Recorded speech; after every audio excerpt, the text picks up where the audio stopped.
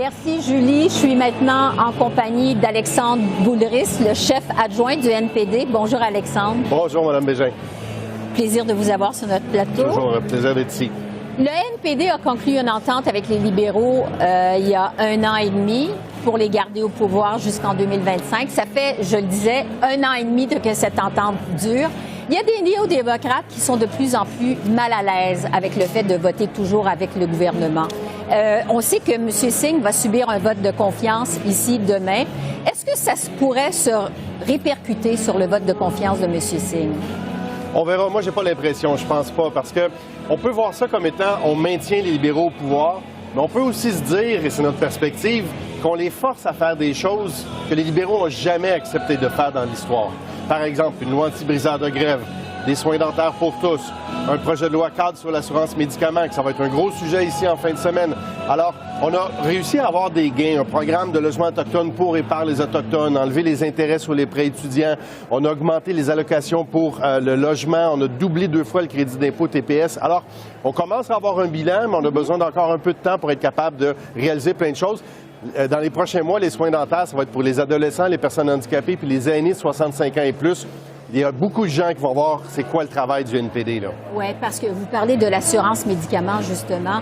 On sait qu'il y a des néo-démocrates qui menacent de déchirer, qui veulent déchirer cette entente avec les libéraux. Si l'assurance médicaments n'arrive pas d'ici 2023, ça vient quand même bien trop.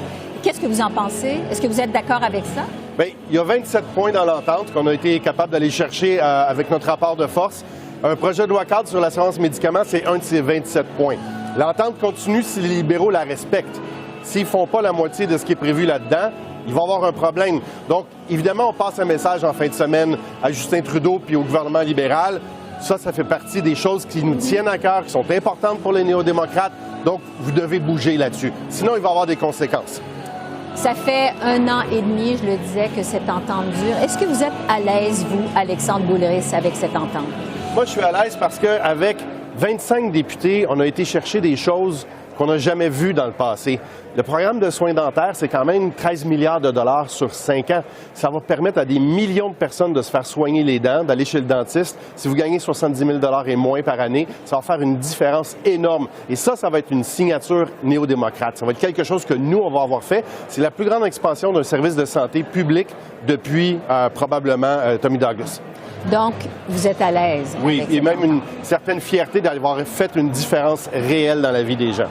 Bon. Est-ce que c'est parfait? Non. Est-ce qu'un gouvernement NPD ferait mieux? Évidemment. Ce congrès tombe en plein conflit israélo-palestinien. Il y a le caucus socialiste du NPD qui veut faire adopter une motion d'urgence pour un cessez-le-feu dans la bande de Gaza, pour la reprise des biens vers la bande de Gaza. Est-ce que vous êtes d'accord avec ça?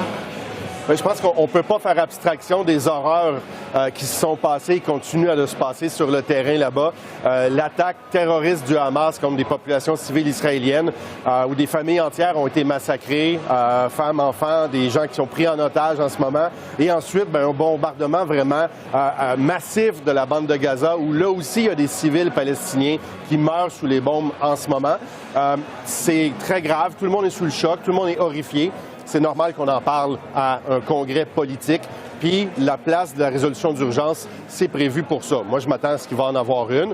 J'ai hâte de voir ça va être quoi la rédaction qu'il va y avoir là-dedans. Ouais. Je pense que pour nous, comme progressistes, comme hommes et femmes de gauche, on est en faveur de la paix, puis on doit dénoncer les actions terroristes, puis dire il faut une désescalade, il faut libérer les otages, il faut un cessez-le-feu, puis un corridor humanitaire. Oui. Est-ce que vous pensez que le Congrès pourrait déraper sur ce conflit?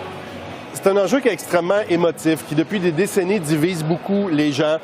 Et malheureusement, je vois trop sur les médias sociaux que chaque camp met de l'avant ses propres morts, ses propres martyrs, mais sans jamais penser à ceux de l'autre côté. Je pense qu'on doit, nous, comme néo-démocrates, dire qu'il faut rétablir des ponts. Et il faut faire en sorte qu'on soit capable de nommer les choses, de les dénoncer quand c'est nécessaire, mais de faire en sorte que cette situation-là ne peut pas continuer comme toujours. Et notre priorité, c'est la protection des civils des deux côtés. Quand on parle de sanctions possibles contre Israël, est-ce que vous êtes d'accord avec ça?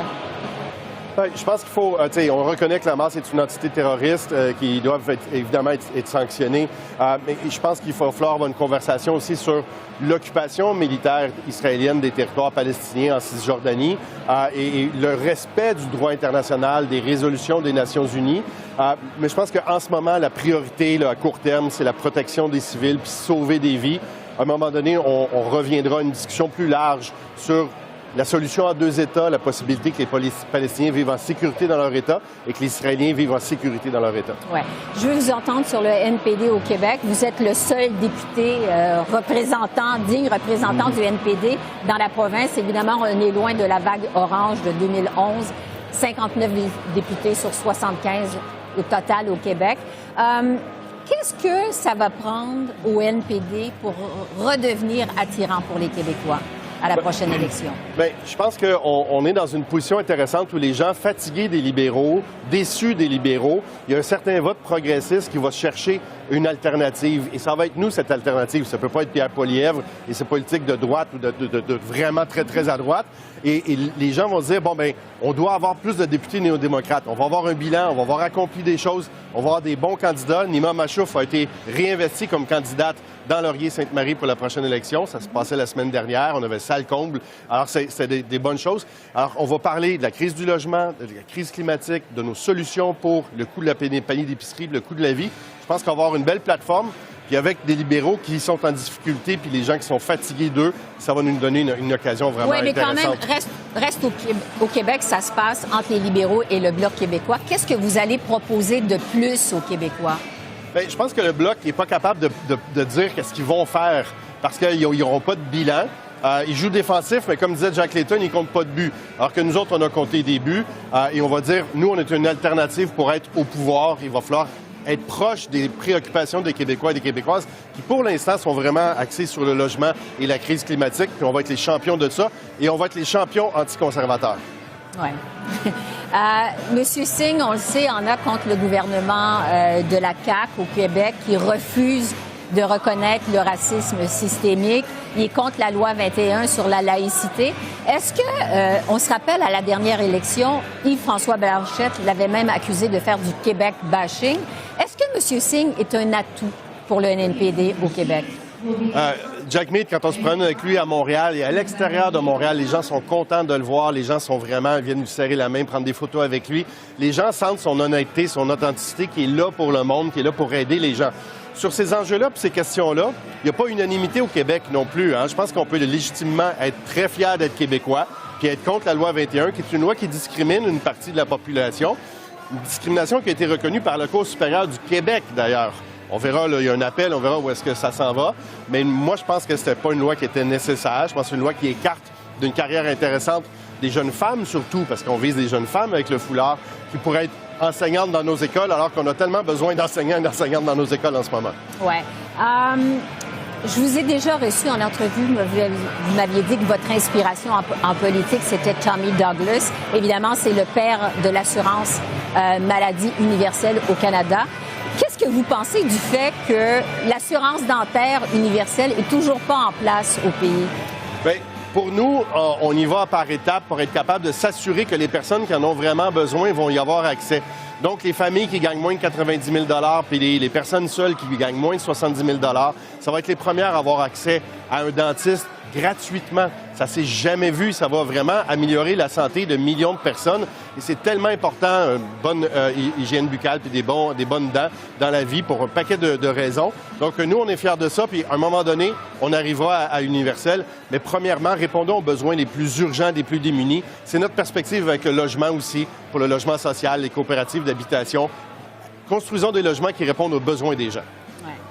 Vous avez été élu la première fois en 2011 à la faveur de la vague orange. On sait, Alexandre Boulris, que vous êtes sollicité par toutes les formations politiques. Est-ce que vous allez vous représenter pour le NPD à la prochaine élection? J'ai déjà eu mon assemblée d'investiture, mais ça fait pas longtemps, ça fait quelques jours à peine. Alors, je vais être toujours sur les rangs, je vais porter fièrement les couleurs du NPD dans Rosemont-la-Petite-Patrie, puis j'espère que les gens vont encore me faire confiance. Qu'est-ce que vous espérez de ce congrès ici à Hamilton? Bien, qu'on se positionne en disant, bon, les libéraux de Justin Trudeau sont fatigués, ils sont en baisse. Les gens vont vouloir du changement à la prochaine élection. Donc, il faut se positionner comme le changement intéressant pour les progressistes, puis dire en sorte que Pierre Poilievre n'est pas celui qu'il prétend être. Il n'est pas l'ami des travailleurs, il n'est pas l'ami des aînés, il n'est pas l'ami des familles puis des étudiants. Donc, il ne peut pas être l'alternative. Dans ce cas-là, c'est nous. Alexandre Boulstris, je vous souhaite un excellent congrès. Je rappelle que vous êtes chef adjoint du NPD. Merci d'avoir été avec nous. Ça fait plaisir. Au revoir. Bon congrès.